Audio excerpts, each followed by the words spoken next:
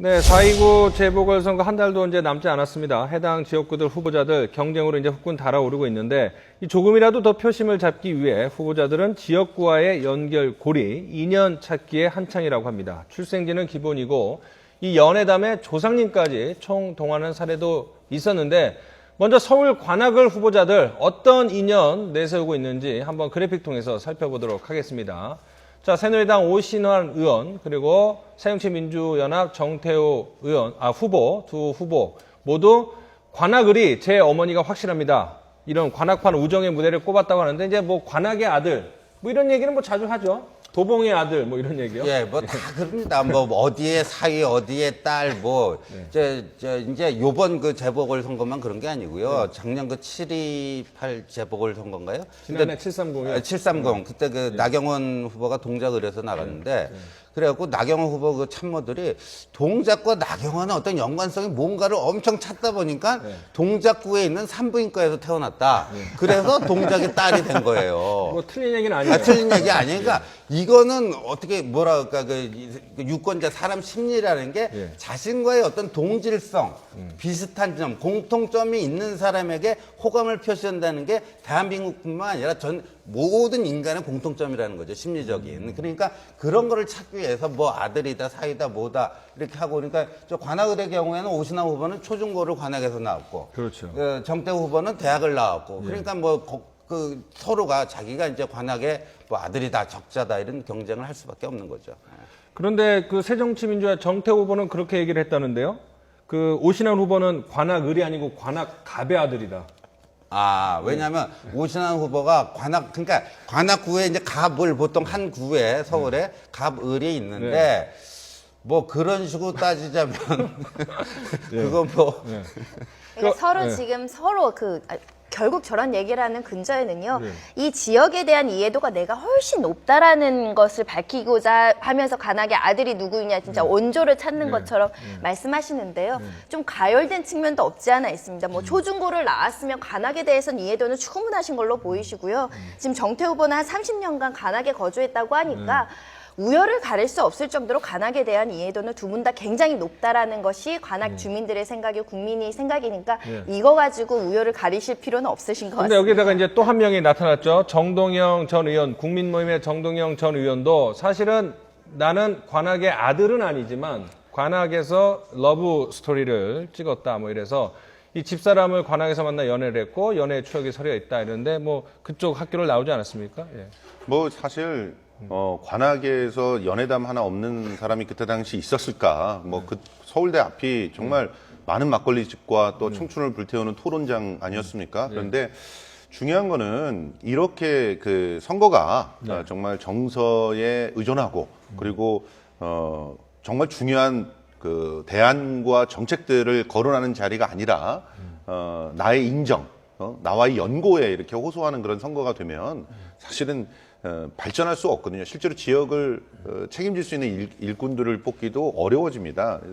지역위원장을 하시면서 지역 내 천책해서 일들을 하신 분들이라면 충분히 그런 그 장점들을 내세우고 싶으시겠지만 그런 것보다도 더 많이 얘기했으면 좋은 것은 관악이 어떤 지역이고 앞으로 어떤 비전을 가져야 되는가, 왜 관악에서는 그 중고등학생들이 자꾸 빠져나가고 있는가, 이런 얘기들을 좀 더 적극적으로 하시면서 지역을 기반으로 해서 나라를 경영할 수 있는 그런 일꾼을 좀 뽑아줬으면 근데 이제 좋겠습니다. 유권자들이 그런 것을 이제 개인적으로 할 수 없고 결국 이제 시민사회 단체가 도와줘야 되는데 뭐 정책을 후보별로 검증을 하고 이 후보가의 정책이 효과가 있거나 실효성이 있다, 좋다, 지역 발전을 위해서 이렇게 해서 지지 발언을 하거나 아니면 낙선 운동을 하는 게 사실은 불가능한 거 아닙니까? 근데 정책 평가는 할 수는 있겠죠. 그런데 국회의원하고 저희 관악구청장 선거가 아니고 관악을의 국회의원을 뽑는 선거입니다. 그러니까 국회의원은 기본적으로 국민의 대표입니다. 그렇죠. 물론 지역에서 선출되지만 국가 사무를 보는 게 여의도에서 입법과 예산과 뭐 정책과 이게 국회의원인데 사실 어디 가서 뭐 동네에 뭘 해주겠다 이건 사실 관악구청장 공약하고 크게 다름이 없어요. 이게 저게 어떻게 공약만 보면요 구청장 뽑는 건지 국회의원 뽑는 건지 헷갈릴 때가 있어요. 근데 왜 저런 현상이 일어나는가? 네. 여기 뭐 무슨 큰 얘기 하잖아요. 국가 사무 얘기. 그 피부에 덜 와닿아요. 그리고 저 사람 맨날 저 중앙무대 갖고 저런 거나 할 사람이고 동네는 안 챙길 사람이다 하는 식으로 공격을 당하기에 십상이거든요. 그러니까 선거 때는 맨 저런 것만 해요. 그러니까 저게 이제 어찌 보면 유권자들이 또 그걸 원하기도 하고 또 표를 얻어야 되는 후보와 정당의 입장에서는 그런 유권자들이 거기에 안 따라갈 수가 없으니까 나타나는 일종의 딜레마 현상이라고. 그러니까 뭐 후보자들도 이제 가장 쉬운 방법이겠죠. 시장 같은 데 찾아가서 뭐 어머니 저 이 동네에 학교 나왔어요. 뭐 잘 좀 도와주세요 하면 뭐 후보자들을, 아니 그러니까 유권자들은 뭐 번호를 보고 선택을 하든지 하지 뭐 사실 현실적으로 정책 보고 하는 현실은 아니니까 뭐 그런 것도 있는데 광주, 서울도 한번 가보도록 하겠습니다. 여기에서도 이제 사위, 뭐 토박이 이런 얘기가 나왔는데, 새누리당 정승 후보는 쌍촌동의 사위라고 했고, 새정치민주연합 조영태 후보는 광주 토박이다. 천정배 전 의원 무소속은 호남의 아들이다. 예, 뭐 이렇게 지역별로 했네요. 뭐 또 다른 그 지역을 한번 보죠. 인천 서 광화을 같은 경우에도 새누리당 안상수 후보, 새정치민주연합의 신동근 후보가 있는데, 인천시장 8년, 함께 뛰는 아들과 사위다. 뭐 문재인 대표의 부인 김정숙 여사도 인천 상륙 작전을 했다. 뭐 이렇게 신문에서 제목을 뽑았던데 뭐 저런 인연들 어쨌든 뭐 통하는 것 같아요. 통하는 것 같은데 저희가 한번 판넬을 준비했는데 판넬 보면서 한번 이야기를 더 이어가도록 해보죠. 자, 대대손손 400년간 김포를 지켜왔고 그러니까 말 그대로 토박이 이런 것들이 이제 지역 유지나 오래 살았던 어르신들한테는 상당히 지역 일꾼론이죠, 이런 것들이. 네. 어떻게 보면 지역 일꾼론이죠. 지역 일꾼론인데 과연 그 뭐 그러면 거기 오래 살았다. 오래 산 사람이 뭐 물론 많이 알겠지만 그럼 더 일을 잘할 것인가? 물론 덜 짧게 산 사람보다는 잘할 수 있는 그 조건이 있지만 반드시 잘할 수는 있는 건 아니죠. 근데 이거는 그런 그 지역 일꾼론 입장에서 보면은 뭐라 그럴까, 그냥 좀 표를 얻는데 좀 가장 편한 방법이 나 여기 오래 살았어. 그러니까 이게 일종의 지역 일꾼론보다는 그냥 득표 방법론이에요. 그렇죠. 예. 하나 더 보면요.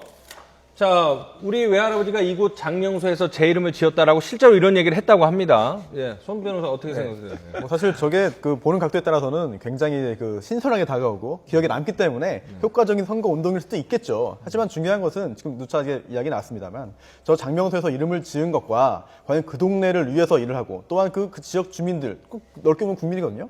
그 지역 대표성과 국민 대표성을 가지는 의원으로서 얼마나 일을 잘할 것인가, 유권자들이 찍어둔 표가 아깝지 않은 사람이 나다라는 그런 것과는 얼마나 직접적인 연관이 있는가, 이건 좀 의문이고요. 예. 하지만 좀 긍정적으로 보자면은 그런 그 큰 틀에서의 능력을 좀 이제 그 입증할 수 있고 그런 공약 등등이 없진 않았을 겁니다. 특히나 그렇다면은 저런 것은 또 이제 그 흥미라든지 아니면은 그 관심을 불러일으키는 하나의 뭐 작은 도구 정도로 이해하면은 글쎄요, 너무 부정적으로 볼 것만은 그렇죠. 아닌 것 같습니다. 예. 뭐 그리고 정치인 입장에서는 또 정치를 하려는 사람이나 정치에 입문한 사람들은 어쨌든 뭐 어디 씨, 어디 신 씨, 어디 손 씨 이런 네, 것들. 소위 비빌 언덕이라고들도 그렇죠. 말씀을 하시는데 결국은 우리 국민성입니다. 이런 지연, 학연, 혈연을 따지는 국민성이 선거 전략에서 그동안 통해왔다는 거죠. 통해왔기 때문에 이번 선거에서도 타파하지 못하고 또 쓰신다는 거죠. 결국은 이것은 한 20년, 30년 정도 지나야 해소되지 않을까 그런 생각이 듭니다. 근데 보세요. 이게 전부 다 과거 얘기잖아요. 과거에 기대고 있는 사람은 미래를 볼 줄은 모릅니다. 정확하게 과거를 잘 그 교훈으로 삼아서 미래의 비전을 제시할 수 있는 사람을 뽑아야 됩니다. 그러니까 아예 이 지역을 모른다. 그런 문제가 되겠지만 예. 정확하게 그 지역에 대해서 분석을 하고 또 나름대로의 정치적 대안을 내놓을 수 있는 사람이라면 지역을 어떻게 모른다고 하겠어요. 그러니까 중요한 건 대안이고 비전입니다. 그래야 우리 지역이 이 대한민국과 더불어서 발전해 나갈 수 있다는 그런 생각을. 얼마 전 우리 국민 2,000명인가 3,000명을 대상으로 조사를 했는데요. 예를 들면 향후회라든가 동창회 활동을 하는 사람과 어떤 시민단체 활동을 하는 사람과 이게 비교를 해봤더니요. 향후회 동창회 활동을 하는 사람이 3배 이상 많아요. 예, 그게 우리 현실이에요. 근데 선거는 나갔으면 표를 한 표라도 더 얻어야 될 거 아니에요. 그러면 그 후보자 입장에서는 당연히 어느 쪽에 치중하겠어요. 향후회 동창회 이런 인연을 가지고 나한테 한 표 달라. 이게 이제 우리 현실이 돼버린 거죠. 선거라는 게 이제 그 후보자가 자신을 이제 파는 거라고 생각하면 좀 이해가 빠를 것 같습니다. 이제 그 물건을 세일즈하거나 아니면 변호사 입장에서도 이제 그 사건을 유치하기 위해서 이렇게 그런 영업 활동을 함에 있어서 제일 중요한 것이 일단은 뭐 실력 배양도 중요하겠습니다만 그건 기초로 하고 기본으로 하고 자신과 인연이 있는 곳을 찾아가가지고 얼굴을 비추면서 뭔가 그 신뢰감을 쌓고 인지도를 보여주는 것이 어찌 보면 영업의 가장 기본이라고도 할 수 있거든요. 그렇다면은 그 선거도 사실 뭐 정치와 일반 생활이 완전 분리된 것이 아니라 일반 생활에서 우리 사회에서 그 먹히는 그런 효과적인 방법이 이번 선거에서도 그대로 적용되는 것이 아닌가 그렇게 생각되네요. 자, 누리꾼들 어떻게 생각을 하는지 이광현 앵커의 촌철살인 통해서 알아보도록 하겠습니다.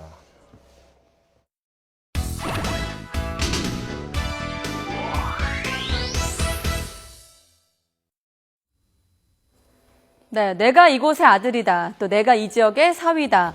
재보선에 출마한 후보자들은 지역 인연을 내세우며 표심 잡기에 한창입니다. 그러면서 인터넷 내심도 후끈해지고 있는데요. 한번 함께 살펴보시죠.